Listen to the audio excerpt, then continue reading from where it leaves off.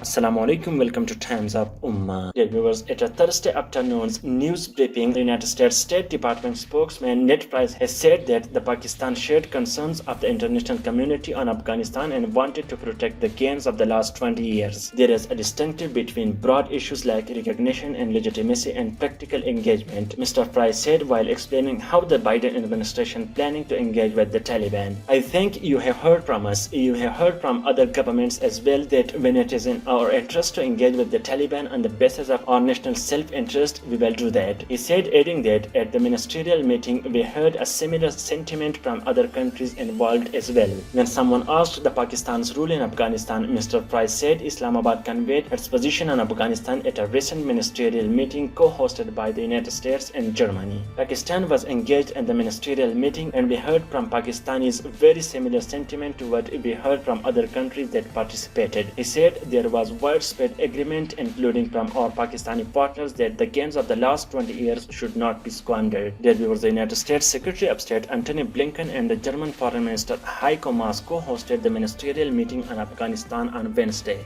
Both Pakistan and India participated in the meeting along with a dozen other countries and international groups like the European Union, NATO and the United Nations as well. The Secretary of State Antony Blinken used his speech to urge unity in mitigating a potential humanitarian crisis and holding the Taliban accountable on counter-terrorism, safe passage for foreign and Afghan citizens, and on forming an inclusive government that respects basic rights. He also said that the United States would continue to use economic, diplomatic, and political tools to support the rights of the Afghan people, especially women and girls, and to ensure that Afghanistan doesn't become a safe haven for terrorism. The participants, particularly Afghanistan's neighboring countries, agreed to do everything they can to protect a deterioration of humanitarian situation in Afghanistan. Mr. Price has said this is especially acutely held and felt by those countries bordering with Afghanistan, knowing that the humanitarian implication could be acute for those countries in the region. He also said that that's why the United States was reviewing its bilateral assistance to the government of Afghanistan and has continued to provide humanitarian assistance to the Afghanistan's people.